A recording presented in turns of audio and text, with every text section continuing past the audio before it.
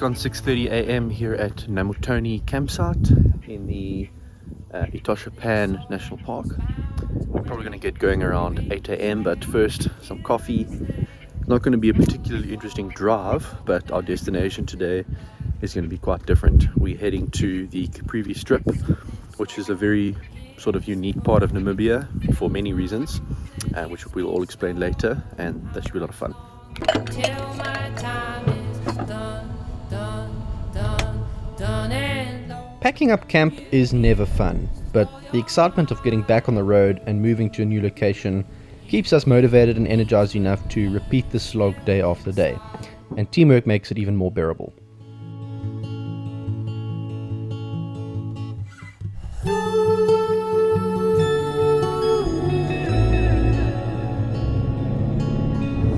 So we've left the Etosha National Park and we are heading towards the Caprivi strip. Very excited to head there, but the route we're taking today is a little bit strange. It's sort of a bit of a zigzag, and the reason for that is that we're trying to stick to some of the major tar roads just to help us with time. We've got a long drive today, over 600 kilometers, and if we take some of the back roads, it's going to be an unnecessary waste of time, and we're not going to really see anything different. This isn't a very exciting part of the country to really drive through. It's just flat bushland. But yeah, we're heading in a southeasterly direction towards the town of Grootfontein, and at Grootfontein we'll take a bit of a turn, and then we'll head in a northeasterly direction on a very straight and boring looking road all the way to the Caprivi strip. So long drive ahead, not that much to see, but our destination is going to be beautiful on the Okavango river. It almost feels like we're heading into Botswana, even though we're not going to be in Botswana for the next few days. But good times ahead, I think. The road to Grootfontein is a little bit boring, with not much to see and no traffic whatsoever, but just off this main road lies an object that has attracted attention from all over the world. In 1920, a farmer was plowing his land when he heard a loud metallic sound. What he had hit was the Hoba meteorite, a 66-ton block made up of about 84% iron, 16% nickel and some cobalt. This is by far the biggest known meteorite on Earth, more than twice the size of the second biggest in New York, and most people drive past having no idea that it's even here. We unfortunately didn't have time to make the detour to go see it, so we passed on and soon found ourselves in Grootfontein, the last Afrikaans speaking town that we'd see for a very long time. We pull in at an engine to fill up tanks and stock up on a few essentials, and soon we're off again as we head northeast on the long, straight Trans-Caprivi highway. So we are now on the B8 highway, or the Trans-Caprivi highway, or the Okavango road. It's got a number of names, but it's essentially the main highway that goes towards the Okavango river and the Caprivi strip. I must say, I've noticed that the infrastructure in the northern part of Namibia, the central and northern part, is very good. Even the towns we've been through are quite clean and well kept. I'm quite impressed, and that's why I guess they call Namibia one of the Africa light countries. Like it's not the third world Africa that you see in movies if you're a foreigner, with just litter lying around everywhere and no infrastructure whatsoever, no electricity, no cell phone signal. Africa Light is a bit more civilized, not as well structured as a country like South Africa, which just has a lot more money flowing through it, but still a very pleasant country to drive through. And I think Botswana will be quite similar to that. We arrive at a checkpoint gate as we leave the Ochozonjupa region and enter the Okavango region. And on the other side, things start to become a little bit wilder and a bit more rural.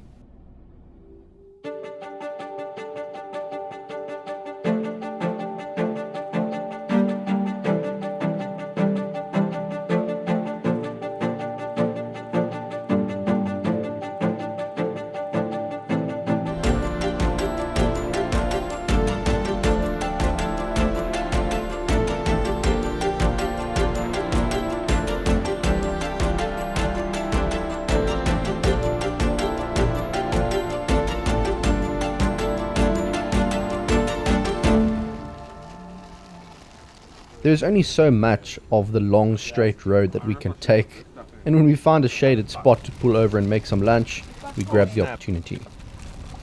You can see that we weren't very inspired when it came to food planning on this day. Nicole and I threw together some toasted sandwiches while the rest of the guys made some good old Maggi noodles in the kettle. Hey, it works, and one can always appreciate the convenience factor of 2-minute noodles. Add some flour flavor to these noodles. Some say you need a Land Cruiser if you want to survive Africa without breaking down, but you don't see donkeys breaking down often, and they aren't affected by crazy diesel prices. The perfect vehicle, you might argue.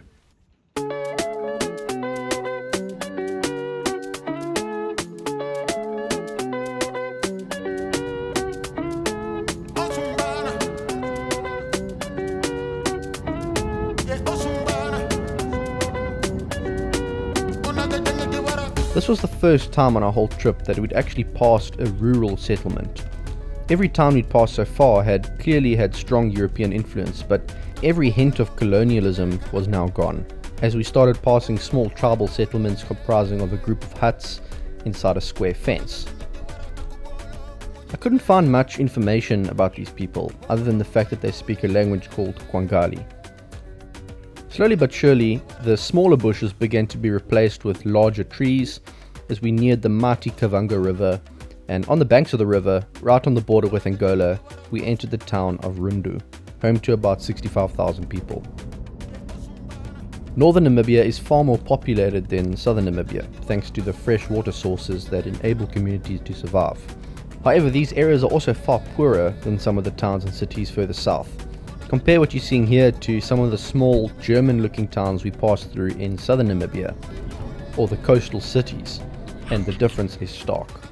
But that's the beauty of a road trip like this. No two places are the same, and the cultural makeup changes literally every day.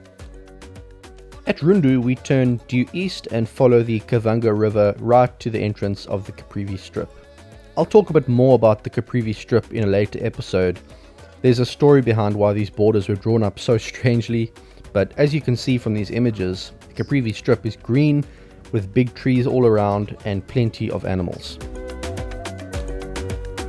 At the town of Devundu, we found another decent sized population, also supported by the mighty Okavango River, and we take a right turn towards our campsite at Ngepi.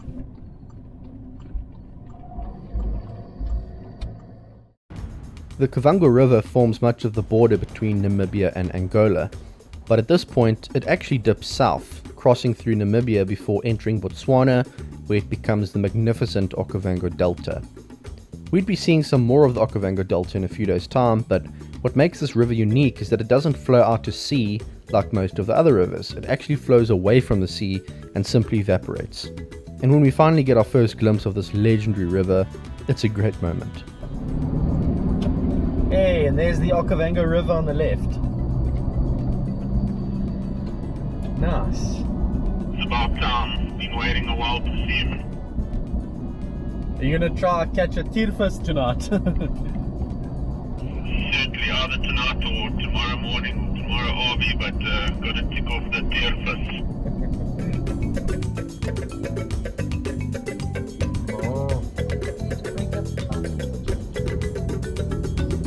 After following the river for a few kilometers, we finally get to our turn-off at Ngepi camp. We'd read so many good reviews about this place and were quite excited to be camping next to water for a change, but we had no idea what we were in for, and it ended up far exceeding our expectations.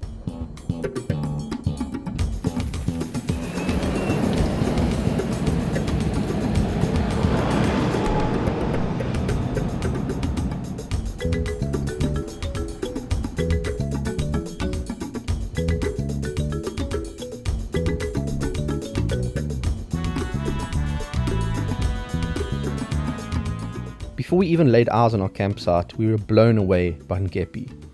The main reception area was shaded by massive trees and was situated right at the river. There was a bar area with ice-cold drinks and various jetties and rest areas where you could just hang out and watch the river flow past. We were really glad to have booked this place for 2 nights instead of just one. Now we're talking. So this is our campsite. got a little grassy patch here, and that right there is the Okavango River. I didn't think we'd be this close to the river. That's amazing. We can literally sit here, watch the sunset from right here. That's insane. Hey Nicole, how cool is this? This is so beautiful. Wow, this is amazing. That's incredible. Bucket list stuff for sure. This place might have some good amenities, but don't let that detract from just how wild this place actually is. We found crocodiles in the reeds right next to our campsite, and every bird you could imagine. Boo-boos, blue-spotted wood doves, bee-eaters, franklins, and mayor's parrots, which happen to like the seed pods in the tree right above us. It was quite a special moment personally for me to see mayor's parrots in the wild like this, because I had a mayor's parrot for just over 10 years. These birds have so much character, and I could see all the same quirks and mannerisms in the wild birds that I saw in my bird Obi-Wan Kenobi. Obi had passed away just a few weeks before this trip, and this made me miss him a lot. I'm sure he would have loved to be here, foraging for seeds with the other birds. And then there was our quirky ablution block called Pooper Falls, a raised toilet / viewing deck from which you could watch all the animals pass by while you do your business. This is a play on words, as there's a place just around the corner called Popper Falls. With the sun getting low on the horizon, we decided to find a spot to relax, and took some time to soak in all the insane views around us.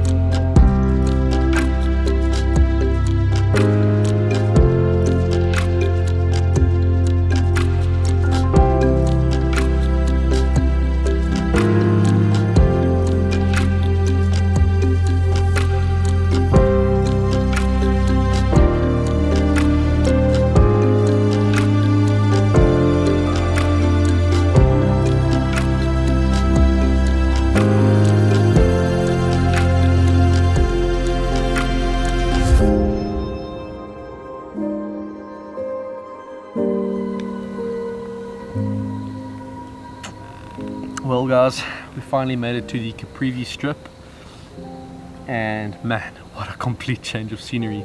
It's so different here. I mean, that's water. We haven't seen water in days, in a whole week to be exact. Last time we saw water was the Orange River, which we crossed a week ago. Pretty crazy how things change. Just a couple days ago we were in dunes, like 40-degree temperatures, Spitzkoppe, just giant boulders and nothingness, no people, no communities, nothing. And suddenly we're here on the Okavango River with hippos roaring in the background, crocodiles swimming behind us, and vegetation of all kinds. I don't know if I've seen this much variety in plants or trees in a very long time. Different colors, beautiful to see. I think for now, just trying to soak in everything this evening, enjoy sunset on the Okavango River, listen to the animal sounds tonight, and then tomorrow for me, I think I'm gonna need to wind down a bit, especially with the extra workload of filming. There's a big risk of me burning out. You know, the other guys might go do some exploring, but I need to actually rest. So that'll be my agenda for tomorrow. But for now, beer at the fire, we'll put meat on soon, and live the good life, the African life.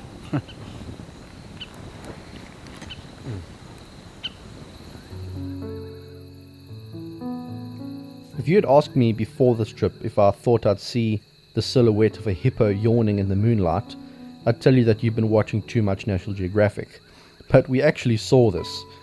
Definitely not something that we'll forget quickly. and we could enjoy this from the comfort of our camp chairs while the fire crackled right in front of us.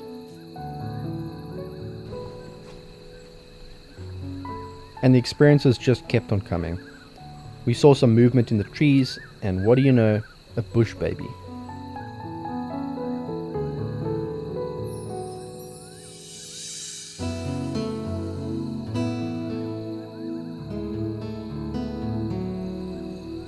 Tomorrow we'd have the entire day to enjoy this area and soak in all these experiences, and I think I speak for everyone when I say that it was probably our favorite camp spot on the whole tour.